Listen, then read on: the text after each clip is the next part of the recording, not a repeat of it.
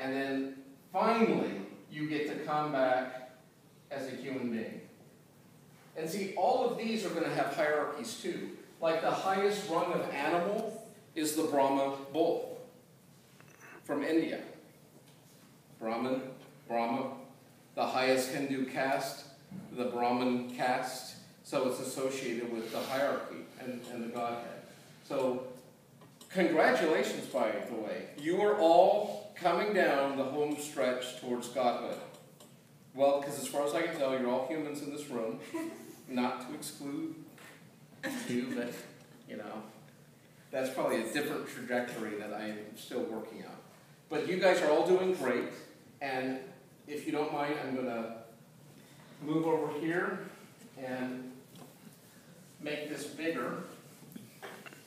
So this is a bigger version of that piece of the pie, and this is what we call the caste system. And basically the caste system is broken up into these different parts. The lowest part is called literally the outcast, or the untouchables. Because you're so low, you're so close to the animal realm, you're not even in the caste system yet. Okay, so that's the lowest, the outcasts, the untouchables.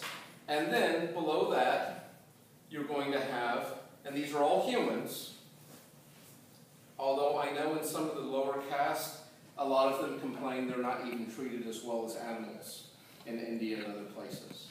But maybe they're just having bad attitudes, but we could explore that later. The next is like laborers. The next would be like merchants. Did I spell that right? That looks wrong. I wouldn't know. Really? Left out. Okay. But this could... Where? Here? Oh, yeah. Oh, right. Labor. Laborious. And then over there? Or an either. But this could be anyone from a ditch digger to someone working heavy machinery. But see, ditch digger, heavy machinery. See how that works? Merchants, someone who has a little Starbucks cart in the mall, all the way up to Bill Gates, or something like that. So you have this huge spectrum. And then you have like your warrior caste, and this could be like the security guard in the kiosk, to police, to a brigadier general. And then you get into your noble class or your Brahmin. So is that saying that, like, even like a recruit soldier is better than Bill Gates? Yes. That's referring. That's awesome. Nobles, scholars, priests. So this is going to be your highest caste, and this could go anywhere from like an acolyte or someone teaching at an elementary school, scholar, all the way up to, you know, the Pope, or not the Pope, but a high Roman priest or something like that. So for most Westerners, so we still have some progress to make. Although there are some more enlightened souls among you, I can sense it in this very room. When you get through all these rungs and you've paid off all your dharma, or paid off your karma, fulfilled your dharma, then you achieve enlightenment. And I'll explain that in a minute. We'll close with how to reach enlightenment. Wow, Hinduism in a day. So nice.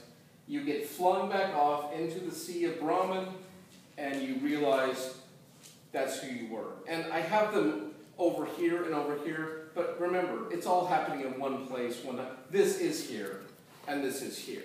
It's just for illustration. It's a metaphor. Okay. So how do you become enlightened? Can you not today? Yes. Can I do this one? Yeah. I know, we need to make t-shirts. My whiteboard collection. Okay. Oh, one more thing in passing with Shiva and Vishnu. There's also like quick recognition in India of who's devotees of what aspect of the godhood.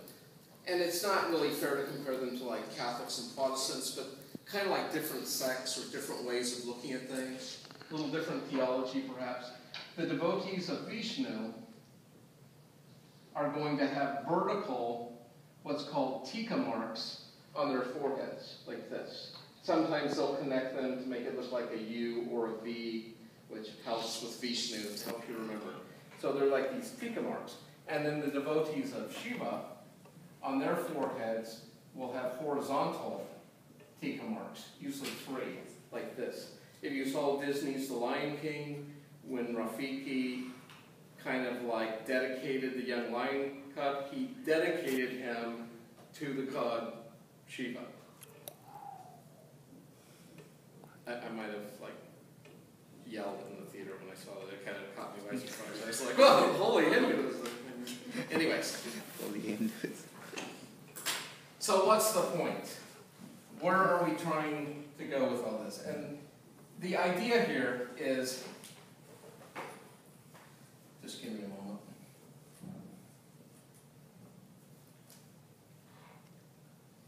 Okay, inside of each of your hearts or souls, and remember, this is just a metaphor, so don't get all crazy on me. Sitting inside of you is this being at the very core of your self, your true self. And this is surrounded by the 1,000 lotus petals of the heart. And once again, this is a metaphor. If you open up someone, there's not going to be lotus petals. Dang it. It's like Christians talk about inviting Jesus into your heart. It's like the core of your essence or being, like who you are once you pull back all the mask and everything else. So inside of each and every one of us, we have this thing in our self. But it's surrounded and hidden by all these like masks or roles that we get confused. Like we might have one that says we're American. I mean, that's simply where you were born. It's not who you are. Or maybe you're a man or a woman.